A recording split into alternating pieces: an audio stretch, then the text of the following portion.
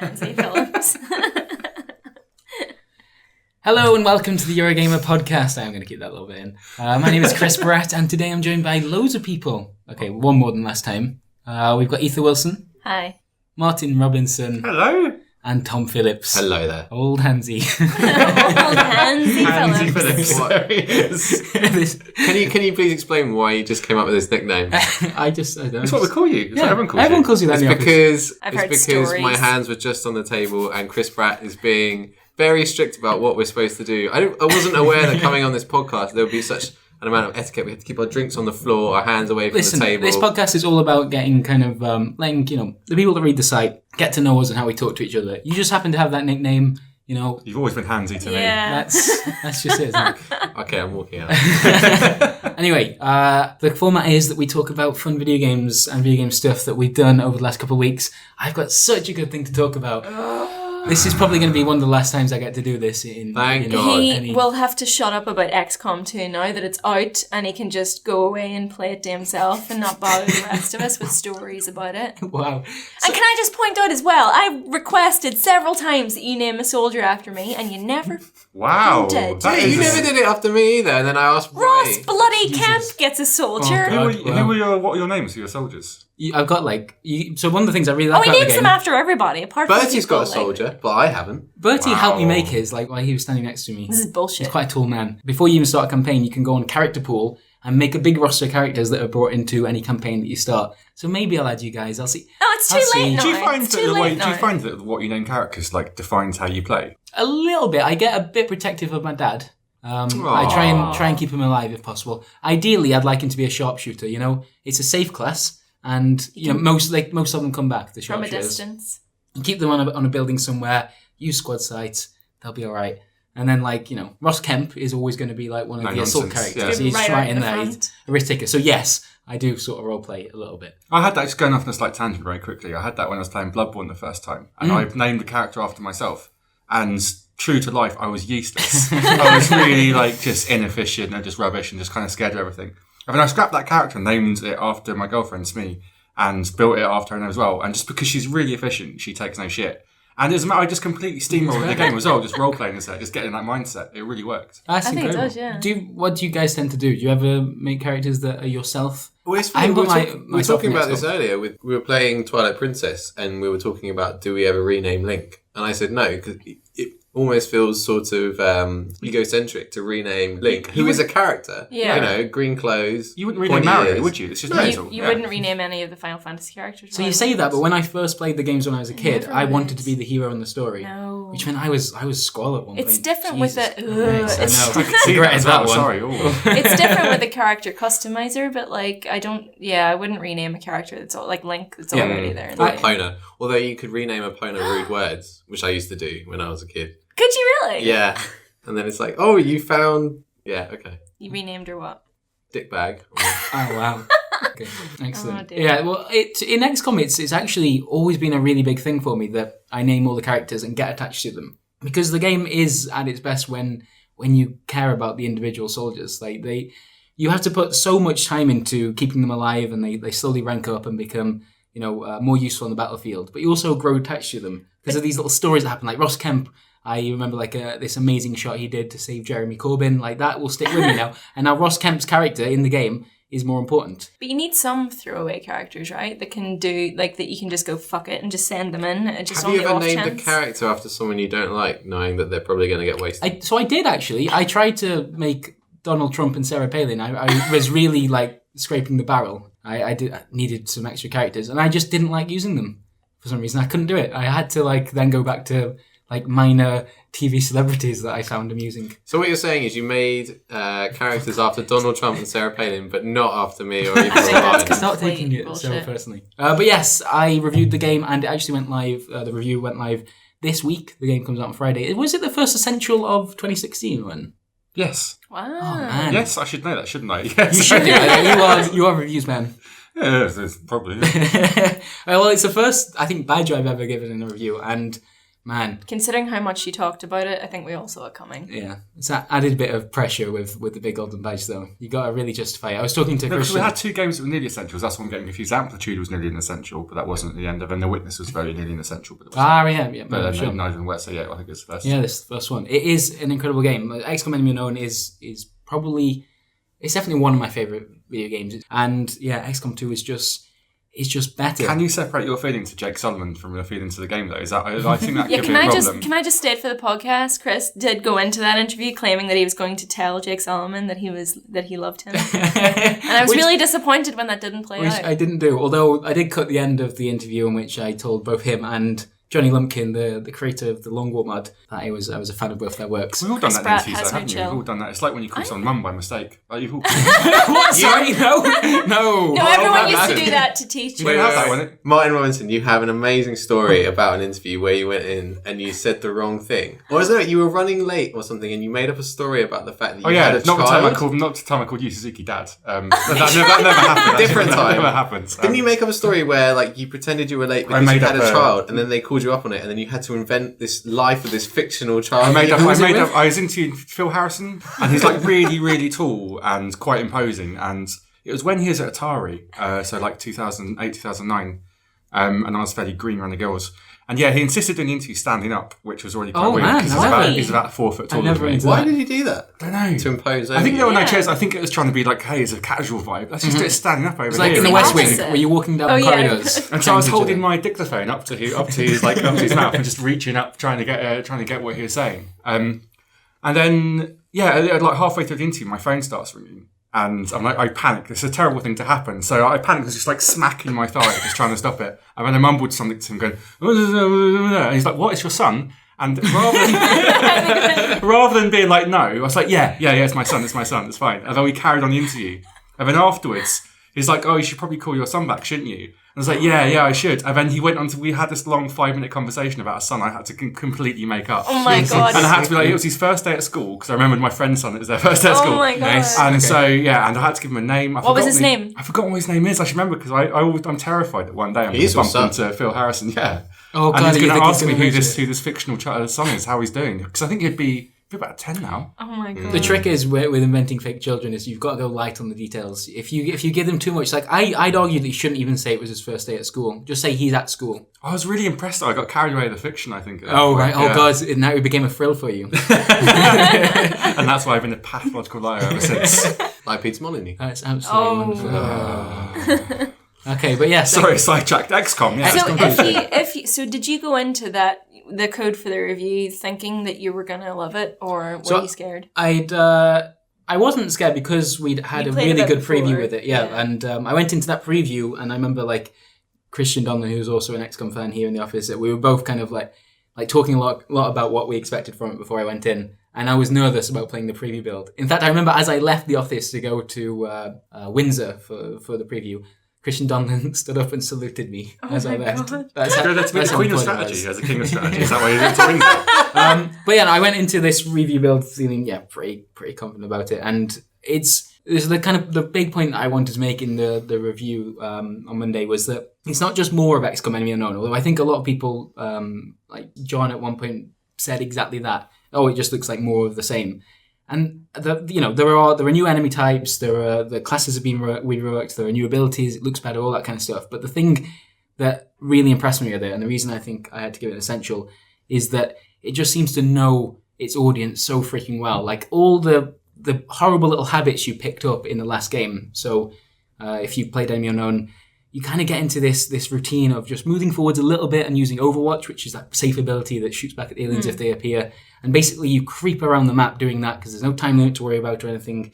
And it ends up becoming this formula. Like once you've played the game enough, you know how to game it. And XCOM 2 is all about taking those ideas that you thought you had and that you thought they worked and just dismantling them and forcing you to play more urgently and just be more interesting as a player. I do remember you telling me all this stuff because obviously we did the Late to the Party with XCOM Enemy Within, or was it Enemy Unknown? I think we just did it with Enemy Unknown, but at that stage it wouldn't have mattered. Yeah. But anyway, you saying all this about Overwatch and creeping around and everything. So I went in to to a preview of XCOM 2 there last week or the week before, and yeah, you're totally right. Like the mission that we did, the first one was that one where you have to get the thing off the back of the truck because it's got like you've got 11 it's like an objective that you get to, and it's going to blow up if you don't get there in time. It was so hard because I was trying to be stealthy and stuff. I love that you liked it, by the way, because that late to the party video you mentioned was me trying to convince you. No, I know, but like XCOM 2 I like even more. I like the premise a little bit more, but then even more so when I played that mission, like I got so frustrated that I asked one of the guys from 2K to come over and help me, and we sat and played together, and I think we made a really good team because like he was trying to be very strategic, and I was like, just fuck it, go in and kill this guy. This sounds familiar. This sounds really familiar. But it totally worked. And like I've been slagging you about it all week. We actually finished like 3 legendary Iron Man missions back to back because like my character that I made, which was me, got blown up off a building, but that was the only person that we lost. Oh man, you made yourself in it. Yeah. Jesus. No, he made me in there. Okay, alright, fair enough. Yeah, I'm just so delighted with it. It was a big game for me. Like I needed it to be good, and it was better than good. So yeah, When's good start to the.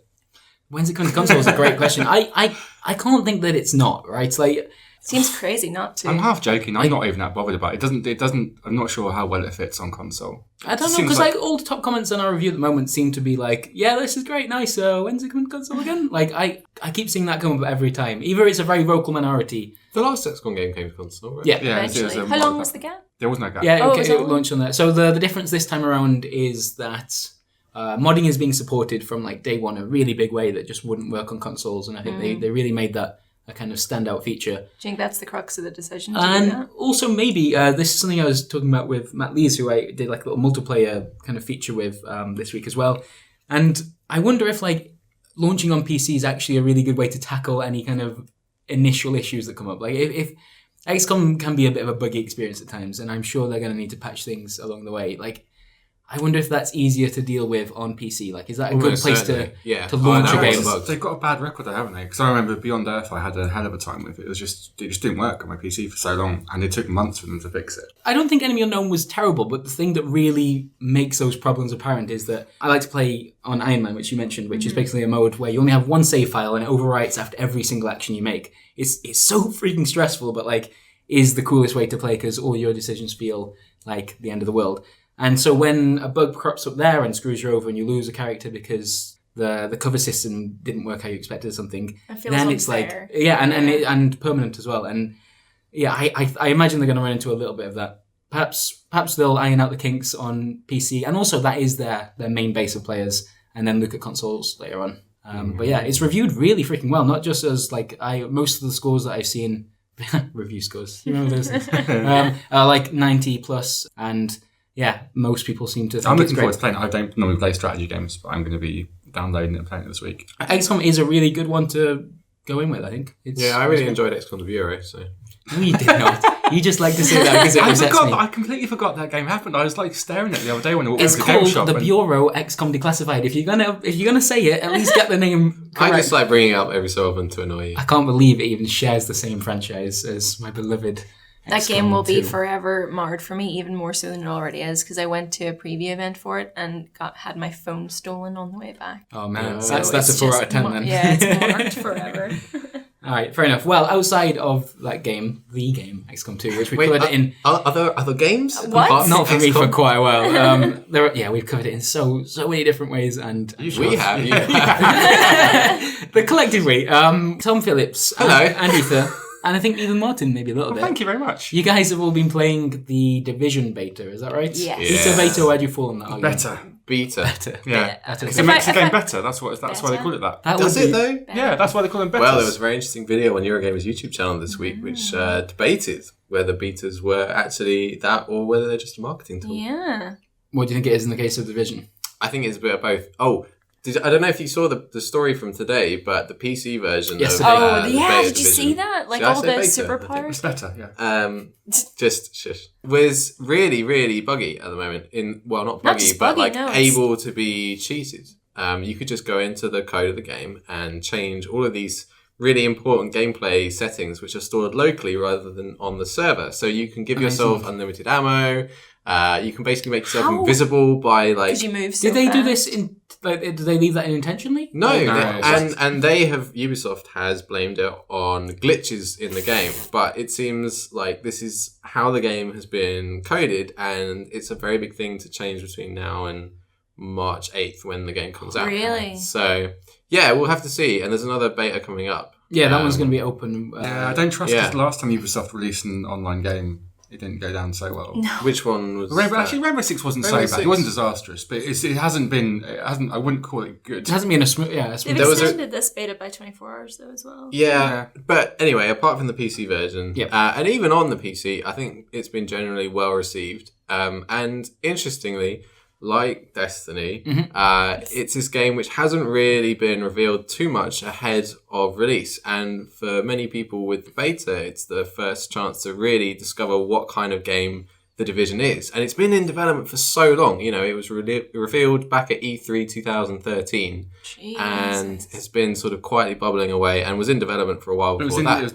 originally going to be released in 2014, wasn't it? Yeah. So it's been a long, long time. Yeah, I heard recently that as well, before they even knew what The Division was going to be, they were just working on the engine for a while and they hadn't got a game to attach to it. So this is stuff that's been in development for coming up to like 8-9 years. I think it's probably since Ubisoft acquired Massive in 2008. I think, and they would that idea, that germ of an idea would have been there, and that's why they kind of made the partnership. And that's, well, we're in 2016, so 8 years ago now, So- which is crazy. Okay, so probably a trouble development. It's Well, do it's you a maybe remember- a buggy moment, but important question: Is did it you enjoy the beta? Is it good? Is it worth? I like, paying did, attention to? yeah. So I was surprised to learn that it was a cover shooter, which I didn't really realise. You need to be in cover basically all the time. Right. I was surprised to learn how different it is to Destiny because at first, you know, people were comparing the two quite similar games in terms of the fact that they're online shooters. You can't play them offline at all, and there are areas which are PvP and there are areas which are mostly PvE.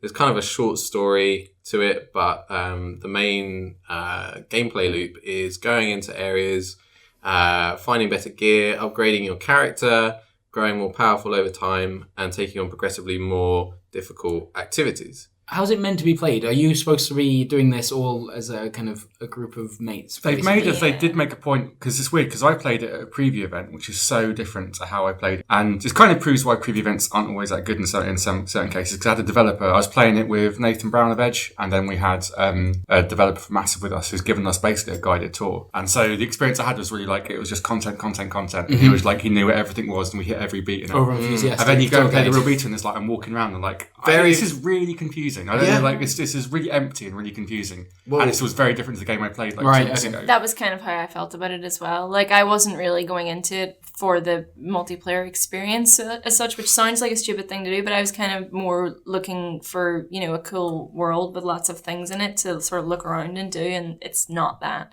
Which is, you know, I mean, it's fine if people who are into that sort of thing, like yourself with Destiny, and that like it, you know. Was that a I burn? mean, It sounded like there was a burn there. no, it wasn't a burn. Stealth Destiny burn. That wasn't a burn. No, I like, yeah, it's I don't think in its current format it's not really for me. It just felt really In the empty, but then I beta- was confused by it, so Yeah. the Dark Zone stuff was good. The Dark Zone stuff is cool, but when you're wandering around the open world, there isn't a lot to do. So it procedurally generates missions sort of in various areas. You go up to a notice board in the hub and you can pick up missions like a wanted board of things to do. You go out into the world and it sort of creates these activities. And obviously the world has been designed where there are lots of situations and locations where these things can procedurally be generated for you to accomplish so you can get loot and XP.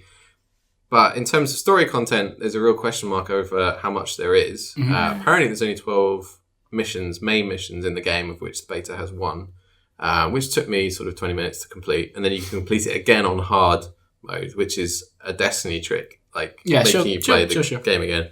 And also I found really funny was like the qualities of loot are the same colours as in Destiny. So, I think, to be fair, though, that is just an MMO staple at this stage. like Purple even always- WoW and Purple like is that. always epic. Yeah. Like, And then- Orange is legendary. Yeah. That's World Green, of Warcraft blue, and yeah, even exactly. before that. True.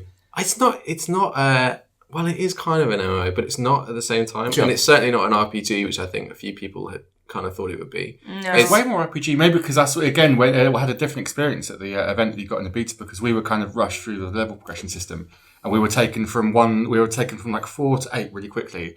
And then was given level 20 as well. And shown some of the high level stuff as well, where you really have to drill down into the abilities much more than you do in Destiny. A lot of stuff felt much more like an RPG than that. And it's a loot game, basically. Yeah, I mean, like, you shoot enemies and see the numbers pop up, you kill them and get better guns, and those guns improve your numbers. Like, that is RPG-ish. I find the combat a lot less satisfying than even Destiny. That's my problem with it. Like, I do love it. I love it a lot, actually. I think the world's amazing. And I actually quite like what it's doing with the kind of mission generation and everything.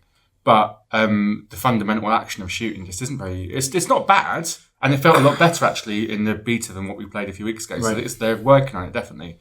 But Destiny's got really say good what you will about Yeah. Destiny. It's definitely not my Haven't kind of said that in game. a while, Bungie like- know how to do... It's difficult to shooting. judge the Division, though, because you're comparing the really early gunplay of Destiny, where you do have very disposable weapons that you don't keep for very long. The fundamental action. enemies are the fundamental bullet action of doing the double sponges. jump and doing the I completely agree. and Like, the you're talking headshots. to Destiny converted right here, and I don't think the character control on Division is anywhere near as tight. And the fact that you're relying on cover all the time means that encounters usually play out, down a set number of ways. Mm-hmm. That's not to say that Destiny doesn't have very predictable encounters as well. It does, but the Division is a very different and very set type of game. I don't think down the line... See, Destiny has this thing where like it just kind of sucks you in and it has so much promise to it. And I think Division is more upfront with what it can do, and then you're looking at basically what it will do down the line. And So do you think it has a lot of longevity? Yeah, how big do we reckon it's going to be? I have real problems about the map. I've got a problem with the map, and I haven't got a problem with the map. The map, I don't know how big it's going to be, and I think it looks dense in a way, unlike other games of that ilk. My problem is they're not talking about endgame stuff yet.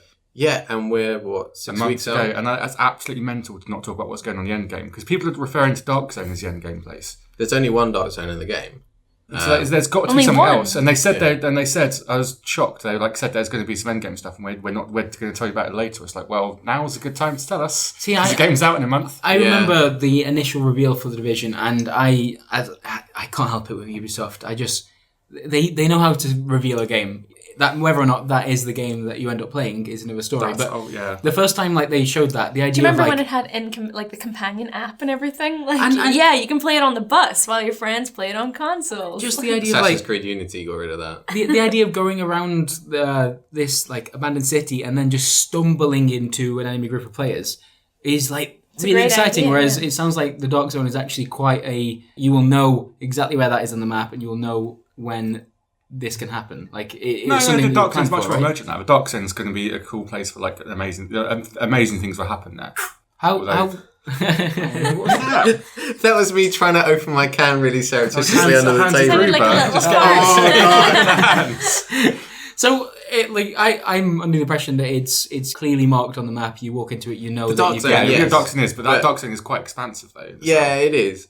So here's the really good thing about the Division, because Okay. I've been a bit critical about it so far, but this is what I really love. So the Dark Zone is where you can go up against other players, and there's a real kind of psychological mind game going on in that when you want to extract any loot that you find in the Dark Zone, which is where the best loot is in the game, you have to fire a flare up, call a helicopter in, and wait. And you have to wait 90 seconds, I think it is, and it's the perfect amount of time where you just sit there, you have to hold on to this command point. Other people can come and join you and extract their loot at the same time. But if just one person decides they want to go rogue and take on other people, then all hell breaks loose. And earlier on, I was just playing with someone that I happened to be running around the Dark You Zone just with trust. at the same time. Oh, wow. No, he had my back, but this other guy came in, and with 5 seconds to go on the timer, he just took me out, and I wasn't expecting it at all. This hadn't happened to me. I was like, bro, we've been playing, and I thought you were kind of come and help me. And That's amazing. That's what I love about that. There's potential for It's awesome great. stuff That where you can is turn really on your cool. teammate. Because I'd love that. At the end of a 6-hour raid, if I Yeah. could just turn on you. well, you would, just- wouldn't you? You're winning me You're back rubbish at a little Destiny. bit there. So how does that communication work between those players when that happens? Are you guys already in a party before? You can be in a party, Yeah. yeah. But what? So say if you're not in a party and you stumble into other players. Well, this is what happened. So I had bonded with this other player who was on my side Oh. because we were that's running around lovely. the same place together. He sent me a party invite, and I wasn't that bothered, so I ignored it. But we did some jumping jacks together, Yes. which are one of the emotes. Okay. And then when we came up to the Dark Zone, we were both sort of holding on to it together. He defended me when this other player took me out. but I still died and I lost my loot. So did the offending player, the guy that came in and won for all intents and purposes, did you get any communication from that person? No, but for the first sort of, for all but the last 10 seconds of the 90-second countdown, he was acting like he was cool. You know, he was there for giving you the audio notes. And honestly, 10 seconds to go, he just popped me in the head.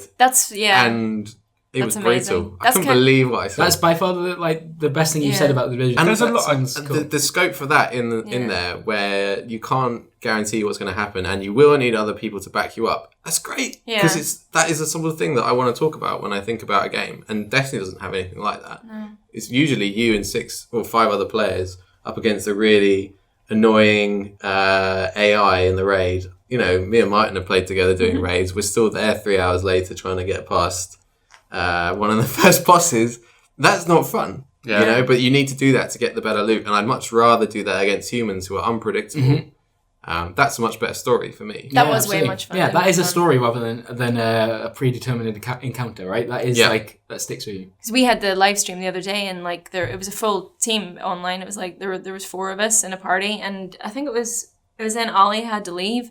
So that's me. Hi. It was you had to leave. Yeah. And did you know as soon as you left, we were all doing jumping jacks to sort of like say goodbye. As soon as you popped off, this other guy came from behind us and just chucked a grenade and blew us all up while we were all standing around. That sounds real convenient. Just go to my other PS4 over here. And none of us saw it coming, and it was amazing. Like, it was hilarious. I'm actually, despite like I know there's which is fair enough. There's some kind of cynicism or just like people just kind of vibe aware and everything at the moment. But I'm really excited for it. I think it's actually going to be. There's a lot to love, and when the tech tree opens up, the tech tree is really cool. The gadgets in it are awesome, and that's when the game kind of comes alive. And it's got that weird Tom Clancy shit where you just throw around all these crazy like near future gadgets. When you start getting into that side of things, I think there's going to be quite a deep game there. And I'm just looking forward to. I'm just looking forward to hopefully like 3 or 4 of us in the office going to play it, and it's really nice to have a game of that we can all just obsess over for a little while. I agree, though. I think they need to talk about endgame stuff, like what happens once you kind of you've gone through the story content, you've gone through those 12 missions or whatever it ends up being. How do they keep you coming back for the next few months and keep doing this? What sounds like cool shit. Like I really genuinely think that story you just told is like the pinnacle of what this game can be, I reckon. Yeah, and I think they've got a really good shot. You just need reasons to be there in the first place. Yeah, they've got a really good shot. I think a lot of people are going to give it a go. It's interesting to see all of the major Destiny streamers are moving over to Division right now. God, it's an amazing time to do this because Destiny is like, by the sounds of it, Bungie's in a real state. They're not talking to their community. They just fired their president, and they have not talked about what's going to happen next. Because I don't think they know themselves. How is time for the Division to come along and up the Division? Yeah. Go back and make Halo 6. Just go back with a tail between the legs. Sorry, guys.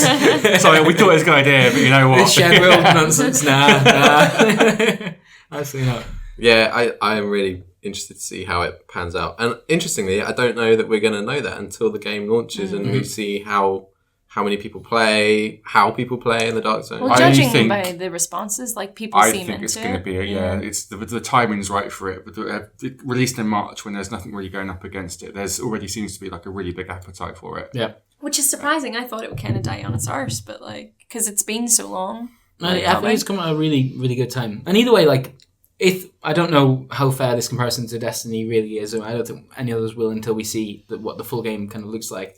But competition is going to be brilliant for both sides there. Like, Destiny needs to wake up by the sounds of it, and hopefully seeing their big streamers, their player base going over to another game might encourage them, to do something, to put some content out, We'll see. All right, well, outside of the Division, Martin, you've been playing a video game, haven't you, mate? Oh, God, I regret this already. He's wearing a little trucker hat. What have you been playing? I've been playing American Truck Simulator, which is so good. This is the thing. We were chatting about this on the way back from lunch one day last week. Yeah. The fact that really, part of me thinks I should tease you about this now, and then you should defend why these Truck Simulator games are actually really good. You know what? Fucking hell, we're way past that. Everyone knows the Truck Simulator games have an audience and are good video games. Yeah, because when Euro Truck Simulator 2 came out, it was still basically everyone used to really like taking the piss out of these games. It's like, oh, look at this, look at what they're up to now. There's like a There's like a fireman simulator. There's like a park manager simulator. Isn't this The ridiculous? word simulator is still a little bit tainted, but the truck simulators in particular, cool. They're all fundamentally all right, but truck simulator by SCS. Yeah, I think that's a brave sentence, my friend. Garbage truck simulator? Like Yeah, I haven't played that farming one yet, in all simulator? fairness. Farming Simulator is actually right. And it's massive in like mainland Europe as well. Oh, Jesus. I've watched Train Simulator Southeast. No, Southern Train Stop Edition. it! Stop going after the big names. You're like those all have big audiences. You want to go after the like See, I'm a lumberjack fan, 'cause simulator. I think I've got a That's the Southern one. Rail Edition DLC, where you've got the Is it Brighton really? to Oh my London God. Oh my line. God. Amazing. Brighton to Victoria. But please, because I don't get it. Why are they good? Why do you like Yeah. playing it? Yeah. So Euro We're Truck. not teasing. Really? Yeah. No, really, This I is- This is a genuinely safe, want this to is know. a safe space, Yeah. Brian. Are you sure? Tell us about your little hat that you wear when you play. All right, Hansi. I hate you. So basically, the appeal of it is, it's super, super relaxing. There's something about the open road, and there's something about just sitting back, and it has internet. It's a really weird thing to pick out, but it's got The radio thing. It's got radio which streams from sites specific to where you're going through. So you can be going through, and like it's the best thing about going on big European road trips is just listening to crazy French jazz when you're driving down, and then listening to the kind of the more crazy Belgian stuff, or in America just listening to the weird local radio Eastbound stations. down, like proper like country stuff. And it's just really relaxing. And I play it with like a full proper steering wheel setup. And Oh my God. Yeah, but the reason I have the steering wheel is because like it's something to rest on. Because you don't have to steer that much, especially in America. There's not that many God. corners, and so it's just you just And rest. the idea of you wearing the trucker cap, just relaxing with Yeah, just your with like one wrist arm, on the one arm rested yeah. up there, and then just listening to some awesome country rock from some weird Nevada station. Oh, that sounds kind of cool. Watching the sunset, checking I'm not breaking the speed limit, and then just keeping an eye, and just watching the scenery change over the course of like, it's beautiful. But more than that though,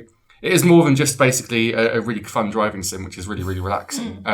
It's like a really good system-led game as well, like because it's not just about driving from A to B. It's an empire building game basically. You start off as one guy who's doing jobs for hire, and you kind of take different freights. And all the freights are like super detailed, so you could be like taking like you can keep taking a load of tractors to from San Remo to San Francisco or something, or you could be taking like logs or something from Nevada to California. And Is the Pork Chop Express in it? yes, no, I don't know. Aw.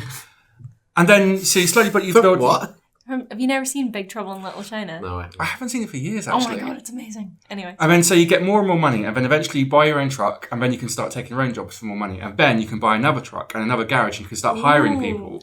And then An all of a sudden, armada of trucks. all of a sudden you've got an armada of trucks which you can Flotilla. which you can trick out. You can like you can proper like Need for Speed them. You can like get special, like you can customize them. You can do custom paint jobs. You can like get special doorknobs. You can get like chrome doorknobs for them Oh if my you God. want. Can you get those little flaps on the tires? Yeah, that yeah. have If the you ladies want, on if it? you want the flaps on the tires, you can have the flaps on the tires. Anything's possible. That genuinely sounds great. What I'm cities? sort What of- cities are there? Like, where can you? This is actually quite limited. So basically, American Truck Simulator only has 2 states in it at launch. Euro Truck Simulator is actually quite expansive by comparison. And like American Truck Simulator is just like DLC for Euro Truck Simulator. And so for this, it's just California and Nevada. Okay. And it's not 1-to-1, which is probably quite good because it would take hours. Like Yeah. jobs typically take like 20 minutes to do or something. Or as you get further on, you do longer stops, longer journeys, and then you've got like a sleep meter. And so you need to stop every 10 or 11 hours of game time and have a sleep. Oh wow! Oh my God. Just otherwise- stop at sort of like Yeah, there's like little motel or motels to something. stop. And if you don't, like you kind of start blacking out. And then if you black out, you obviously crash and then you get a massive fine. And yeah, it's generally like it's a generally beautiful game, which I find super, super relaxing. And then once you get past the thrill of driving from A to B in the open road, and like everyone aspires to like the American road trip. Like, Yeah, right. have you ever been on Route an American 66? road trip? And it's like that. Yeah, we were talking about this the other day. So I was saying how it's good that they've sort of shortened the distances, because when we were driving from Vegas to San Francisco, it was sort of turn right and then drive straight for 4 hours. Oh my God. And it's good that they haven't, replicated that in 1-to-1, because Is there? Have you been anywhere in it that you recognise? in real Yeah, the life? cities are like the cities aren't that recognisable. They're kind of small. Like you go Yeah. to like San Francisco and it's like about 4 blocks big or something like that, and so it's not. they tend to pick out landmarks, certain don't they? landmarks. Yeah. Yeah, and it looks like a believable space and everything. Because I'm the kind of person, when I play Grand Theft Auto as well, I stop at red lights at Grand Theft Auto, and A game about being a super criminal. Super criminals can respect the road. exactly. But like, if you're going to be What do are the you good gonna- crimes, not like do the big crimes. Don't get done for jumping the red light or That's something. it. Yeah, that's how you get pulled over. Yeah, exactly. Like The empire falls apart. The biggest crime lord ever. It's like, oh, and you got done for jaywalking. It's like, no. Like, yes, I will like build a massive crime empire, but I'm not going to jump a red light. Like, I'm not. That's just that's what bad people would do. Right. I'm not a bad person. Okay. And so I play these games by stopping red lights, and I observe all the traffic laws in GTA. And so I really like a game where I'd love a game of indicators. Not enough driving games, not enough open world games have indicators on your car. I love indicating. Indicating's a beautiful thing. The mirror signal maneuver. It's a lovely I like looking in my mirror, checking it. It's a beautiful game mechanic. I like Actually, Do you have an indicator stick on your driving wheel? I've got so basically I use the. Have you sellotape one on? No. I do have indicators. So I use my stick shift. I've got a stick shift, so I can do that with a shifter. Yep. Although trucks have like 13, 14 gears. It's really quite complicated. Can you put little? And I use the paddle shifts as indicators. Yeah, Tom's looking really impressive No, right now. Yeah, very impressed. No, he's got his troll face on, but I am impressed. Like, it does sound like fun. Like, I don't even drive. I love those games that you can play and sort of do other things at the same time as well. Like, Yeah. like some of my fondest memories of playing World of Warcraft were like doing some of the more grindy quests and just listening to a podcast in the background. And like, there's something really satisfying about feeling like you're doing something that's got some progress to it, like taking logs to. I don't know. Well, it feels like road trips condensed because a lot of games have tried to kind of to get that the road trip, like The Crew did it recently, and the Crew's a great game as well. The best thing about The Crew is the fact that it represents like all of America, and you can do a proper road trip where like all the scenery changes. And American Truck Simulator's got that, except you don't have to worry about going really fast and racing other people. You can just worry about building an empire, which is much more exciting. It's such an incredible thing though, because it goes against so many game design rules. You imagine like so many games are made with like. Every 5 minutes we need to be doing something worthwhile, something that players are going to remember and talk about. Boring games are fun though. I've always thought that because I've always said like the most exciting thing. It's like I always like superhero films before they become superheroes. That's when it's like I prefer Clark Kent to Superman. Basically, he's much more interesting. He was born Superman. No, he's not. No, you're right. He was born Superman. He's Clark Kent's like the alter ego and all that. But you know what I mean. Like I prefer the Daily. Sorry, I was just being picky asshole. I prefer the Daily Planet to kind of like. I think I'm fine. And I've always liked that. Well, actually, that's why I love Shenmue so much because Shenmue, the original one. There's loads of that kind of stuff. It's a fundamentally boring game where you just play as like a teenager and you just have a job doing a forklift truck operator. And I love that game to bits. You just spend all your time just like it's like a proper teenager simulator where you just mill around, go to the arcade and just tick about. And like Euro Truck Simulator is like the adult version of that, where basically you just have quite a mundane job, but it's just really nice getting lost in that. Yeah. Well, okay, I have a question. What is your go-to game for sort of playing while thinking about things or doing something else in the background? For me, it's probably Minecraft. Yep, I think Minecraft is perfect for that. It's on survival mode. I just sort of potter around and I think about building something and I go and mine some stuff. Or actually Destiny as well. Destiny is the only game I play with a headset on, and I use it to talk to. I chat to people in the office who I don't chat to during the day, maybe. So that's what Destiny became for me because it's just somewhere to meet up with people who I like. Yeah, like I talked to your friend Charlie and then I met him in real life. Sorry about that. Which was a really weird but nice experience. Obviously not Charlie himself. Yeah. He's a dick. But I get that. I remember with some of your memos I played that being able to listen to something and listen to something else whilst you're grinding there's something weird. Like grinding fundamentally should be a terrible thing about video games, and often is. Like I think some of the JRPGs have really gone off the deep end on that scale. But Destiny's a prime example. But there can be something incredible about it, about just doing something repetitive whilst listening to music. Well, especially when you're doing it with someone else. Like me and my other half went back and played. When you're grinding together. Yeah, well, we went back and played Final Fantasy VII again on PS4, and like because we were playing it, this was in his old place. Like we were playing that and grinding because we were trying to defeat Ruby Weapon and Emerald Weapon and everything else. Wow, you went well. So yeah, and we did it. But we were kind of in a place where someone like I would play and he would be making dinner or vice versa or whatever. So like that was, and it was nice because like it was us both revisiting a game that we both loved. Why is that nice? Because it shouldn't be. It sounds so boring. It's repetitive. You're doing the same thing over and over again. I like this game because like games can be stressful and games can be annoying, and like life's stressful anyway. And sometimes at the end of the day, I don't want to get involved in some super involved thing where I've got to understand all the systems and then stress myself. Sometimes I just want to listen, like I just want to sit back on my steering wheel and It's just the same drive into reason the sunset. Same reason that shit TV is awesome sometimes. Exactly. Yeah. Yeah. And you know, movies Switch are up the a little same. bit. Sometimes Yeah. you want a thriller. Sometimes you just want to turn your brain off and watch something. But American like Truck solid Simulator isn't comedy. shit TV. So It's more than that. I first started talking about too much more, but XCOM 2 definitely, We need like a swear jar for XCOM. definitely isn't that, because it is constantly pressuring you to pay attention and think Do you about get timing paid every and time you everything. mention XCOM 2? By Eurogamer, sure, but not necessarily. I quit. I completely see the appeal of it, like having something where it's like, oh god, I can't be asked with Well, I like think it's because stressfully worrying about Jeremy Corbyn. I was playing The Witness at the same time I was playing American Truck Simulator, and I know obviously The Witness can be extremely stressful and frustrating, and it was like, I think I was playing it on Friday night or something. It was like, I've had quite a stressful week, I don't want to do this.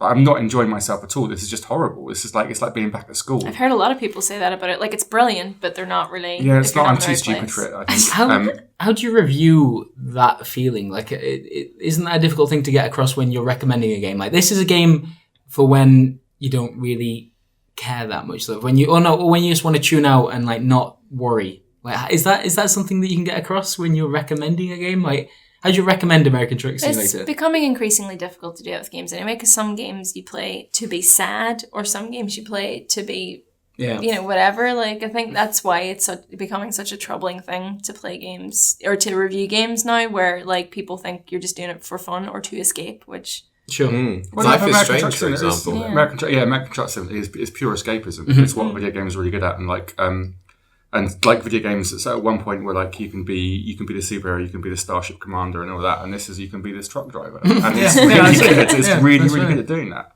Right. Sometimes you don't always have to be a superhero. You just want to be an everyday hero. I like. Wow. I do love. I think there should be bucks. more games about mundane things. Like I love mundane. I really love mundane things, and the more comfortable we are about doing mundane shit in games, the better. Really, It's true though. I think there's a kind of a resurgence of mundane things in games, because people, like, Life is Strange is an example. Like, it was always the everyday stuff that you were doing in that game that was the most fun. Like, or That's the most why interesting. you connect to the Yeah. main character as well, Yeah, because 'cause life Because you isn't never just, get to do that sort of stuff. saving the Strange. planet. Yeah. Sure. Wow. it's like I wouldn't guess like Sometimes I like like reading Raymond Carver, and that's not. Yeah. I want to read about mundane, ordinary people. I want to play the games about these mundane. I want like the Carver of games basically. I want this Yeah. mundane, ordinary thing where I can get lost in and get these revealing stories in it. Yeah. Bored of Space Soldier, want more just, I don't know, people that you know. Chilling out. Yeah. Doing a big trick.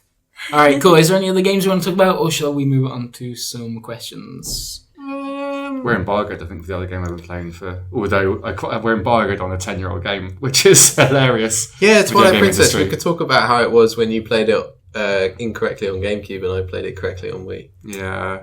No, we should probably hold on to that Yeah. for another Yeah, time. So that's Look forward to the video where basically we talk about that one thing for an hour. That'll be the coming awards on to the awards. Thursday. You No, guys no. did disappear into a room and you're like, oh yeah, we're just going to record like a nice little let's play for this, kind of, doing like maybe something kind of nostalgic for people that played this game originally. And then you disappeared for over an hour. Over an hour, you were What can gone. we say? It's not. I don't think breaking embargo. So Twilight Princess is a huge game, and it took us over an hour to do like the most simple of things in it. Yeah, Okay. to be fair, we did get kind of stuck, and then you made a really inappropriate joke. So it's probably going to be less than an hour when you actually Yeah, see cut it, out that. because we'll have to trim it down. All right. But yeah, Okay, well, switching over to some questions, which I actually need to check my phone for, so probably going to have to I edit can this. I tell take you. my phone? I can tell you that one of them was can Chris Pratt talk some more about XCOM 2, which we've Yes. done. Yeah, and no, you that's don't need to ever again now. That's not true, because the modding scene is going to be incredible, let me tell you. The tools that they put out there, you should have seen the PAX panel of the weekend.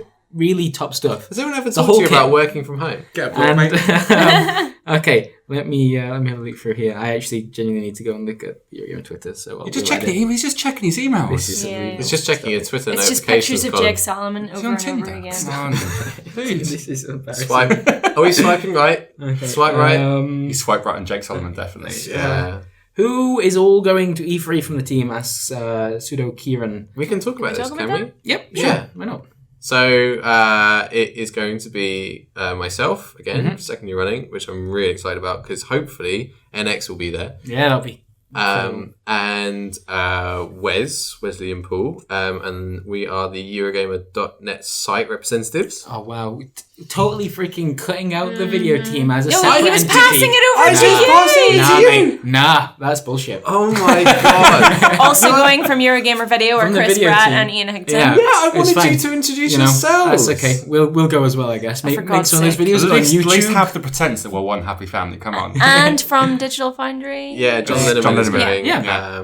from Digital Foundry. So Yeah. you Nice got little team there. 5 people. It's huge. Yeah, last year we only had 4, and this year we don't. I don't have to go with Aoife, which is even better. And you'll miss me so much. Yeah. Yeah. But with our scary taxi I remember rides. and I remember on the first day we went out there and we had to go buy booze, and You you had had to to stand go. Yes, across we the road did. because you didn't have any ID. That's right. And I had to go in and buy booze for you. I literally Wow. just got ID downstairs tonight, and Chris Bratt didn't. Like, what is that Have you about? not seen Because his he's killer trying to get a facial beard. hair? He's trying to grow a beard. If I could grow Trying. a beard.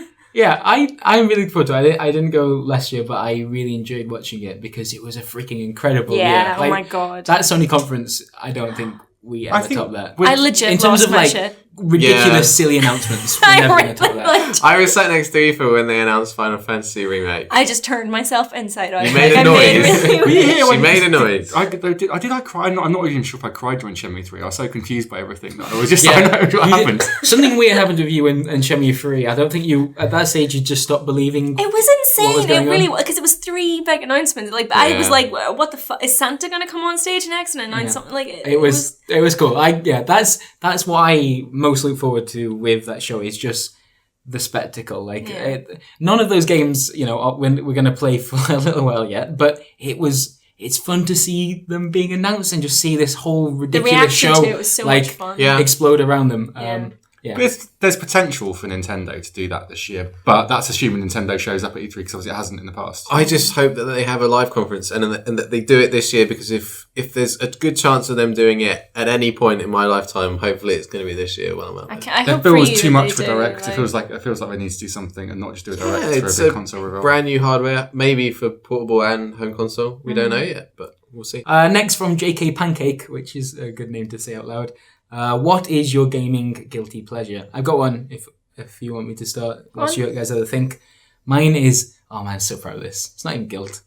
Mountain Blade, right? Mountain Blade Warband, the sequel to Mountain Blade. Oh, that really shit game that you play sometimes. Okay, that's absolutely not true. There is a Give it a chance, mate. Give it a chance. there's an expansion to Mountain Blade Warband called Napoleonic Wars, and it's a multiplayer only game in which you go around as soldiers in the Napoleonic Wars, and you all stand in regiments and you follow your flag, and everyone kind of lines up and then shoots at each other and follows all these ridiculous rules of the time period. And it is ridiculous and fun, and your guns are so inaccurate. You can be standing next to someone trying to shoot them and it'll just miss horribly, and it takes like 20 seconds to reload. It is so daft, and just an incredible thing to play with other people. So much cooler than me. My guilty pleasure at the moment is Star Wars Battlefront, which I played for like about 50 That's not a guilty No, pleasure. It is because it's not a very good video game. Is it not? No, when it is, it's not a terrible video game. It is a video game. Did we give it a recommendation? It is. No, a we video didn't. game. Okay. And like I said, it's merch basically. The whole game is merch. It's Yeah. like a very average shooter, which is just Star Wars merchandise. But obviously, Some people, that's all they want from it. That's exactly. cool. That's why There's over no Christmas. complaint. Over Christmas, I put like 30 hours into it because I just wanted Star Wars merchandise, and like I really wanted some good Star Wars merch. And like, Did it scratch the itch? Yeah, totally. Like Sure. I wanted to hear the pew pews and see all the. To be honest, the one Stormtroopers. like that GIF when the guy pushes the dude into the fucking TIE The fighter, TIE fighter, yeah. that would sell 1 million copies. Yeah. Like, it was just awesome. Yeah. What's your guilty pleasure? I play all the Lego games, which I'm sort of a little bit ashamed of. They're good. They are good. For I me, enjoy like you just have to have I'm like glad 2 you years. say that, You have to have 2 because- year gaps between them. That's the only Yeah. thing. When I submitted my I do get top obsessed 10 with games of collecting last studs. year, Oh, that was. you said that you were going to fire me. Well, I haven't got the power to fight you. I asked Ollie, but he wouldn't let me do it. It's just no. And that was because I put a Lego game on there. and Assassin's Creed. Syndicate was all right, actually. I think we're fine. I Cool, think- blah, blah, right? Assassin's Creed Syndicate. Hey! Ether, guilty pleasure video game. Well, recently. Other than going back to like defeat Ruby Weapon in. No, Battle that's 7. not guilty. That's a fucking Mate, achievement. that takes like way too many hours. No, it didn't. It wouldn't take because now that the new Final Fantasy has the 7 has the ×3 speed. Oh, okay, it takes like no Alright, time at fair all. enough. But anyway, so I recently moved into a new house, and like the week before we had to go and make the house in The Sims 3 so that we could know how to decorate it. Oh wow! And That's amazing. I think that was a good idea. You fucking nerd. I know. Jesus. But it helped. It Is actually really did your help. guilty video game pleasure bragging about the fact that you now have a house? What did I know? 'Cause That wasn't a, that I wasn't even That's why I heard. No, TBH. that's just pretty embarrassing that I, use a video game to build my house. Okay, all right. Moving on. This is probably one for Martin from. Let's get the name here. At Dragon_Botherer. How do mags and sites choose which games to cover and who will review them? E.g., someone who likes/dislikes the game and or genre. So how do you pick who reviews games? It's best to basically pick it on expertise. I don't think there's any point in getting someone who doesn't like driving games to review a driving game. I don't think that brings anything to the discussion. You don't like the argument that for people reading that aren't into driving games, like is it worth giving No, you've them got to write for a broad. relatable? You've got to write for the broad audience, which kind of Eurogamer does have a slightly broader audience. But yeah, you've got to write to the person who kind of understands the genre and understands and can put it in its right context and place, rather than having someone come in blind to something. Now, I know there is an argument for having someone who doesn't like a genre to come for it, but I don't see the value in you reviewing like a Gran Turismo game or something. What are you trying to say about my knowledge of the Gran Turismo? I would Ask me need- a question about the Gran Turismo series. How many have there been? There have been 6. Are you including the prologues and that? Or? Actually, I think you're The fine. PSP game. Yeah, no, no, it's. I absolutely right. agree with Martin. I think like if any of us were to try and review XCOM 2, none of us would have No. got it like you did. So I think it's worthwhile having someone with expertise And you have behind to it. think about the people who'll actually click on that review as well. Like people who aren't into a driving game are less Exactly. likely to read Yeah, it. they'll want to read. Well, you have the famous example people's that happened opinions, when right? I was at IGN. I was there when they reviewed Football Manager, and the guy Oh, who at yeah. the time was IGN's new sports hire, and he reviewed Football Manager like it's a FIFA game.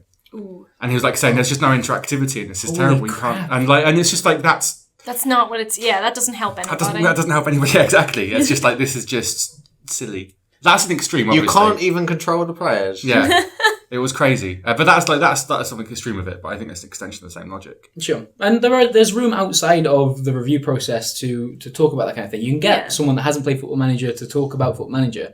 It's just not necessarily The review worth just doing. isn't the place to do that. But a review, by its nature, has to place something in its context as well, and that means having an understanding of the genres within. So I think you have to have someone who knows their shit, basically. Fair enough. Tom Davis follows up with, I would love to hear your thoughts on all the NX rumours and what you expect from the console in general. Oh my god! Tom Phillips, Yeah. This is his whole podcast, isn't it? Well, newsman, yeah. Nintendo fan. Oh, the latest It's got nice- rumours were nice rhythm to that Smash Brothers was going to be a launch title, which would be interesting because they've just released a Smash Brothers for Wii U and 3DS. So suggests that there's going to be some kind of similarity, which would make sense. When if Sakurai said he's not going to do another one after this, so he always says that. Though. I think it's going to be like Game of the Year edition as a launch title for Yeah. NX because so many people have missed out on Wii U. But yeah, there's a big sort of question mark about what form NX will take, whether it's going to be a home console or a handheld or some kind of mix of the two. I think the biggest question is third-party support. Do they care about third-party They have to. support? You though? cannot have another Nintendo console without third-party support. I don't know. I think Nintendo are never going to make a home console to sell third-party games. It's all about selling the games that they make, games which are specifically designed for that console. is Zelda coming to the Wii U or the NX? Tom Phillips, hit me. They have specifically stated that the next Zelda is coming to Wii U, but I wouldn't be surprised if they do a Twilight Princess kind of thing It'd be a and split release it on release, yeah. both. And from what I understand, the NX be handheld this year, console next year. Yeah, there was something today actually that said it would be handheld because there was a peripheral screen manufacturer company that was projecting really good profits because of small LCD screen, as if that was going to be the NX, like a handheld. Right. Which would make sense. 3DS is well due for a replacement. They can't do 3D this time, but they're doing a scratch and sniff screen this time. Is that right? What would Scratch and Sniff Pikachu be like? Or Link? What Oh, would mate. Pikachu smell like? Link would Jesus. smell. Link Tiny would fresh. smell like leather. No, he wouldn't. He'd smell like pine trees. Really? Yeah. Depends what bit you're And sniffing. horses. Depends what bit you scratch. Chris, true. what does a horse smell like? What does a horse What does a smell horse like? smell? Yeah. Horse king. Robert Taylor asks, why do dogs have wet noses? Because that's how they... Isn't it like something to do with their breathing? They need it to... They keep on licking them because they keep on putting their face in the cake. And they It's lick like the cake heat, off their isn't nose. it? How they regulate their heat. Is this a joke and we've just completely not picked up on it? What's the punchline? Nothing. I was just gonna then wrap up the podcast. Oh, okay. So it was right.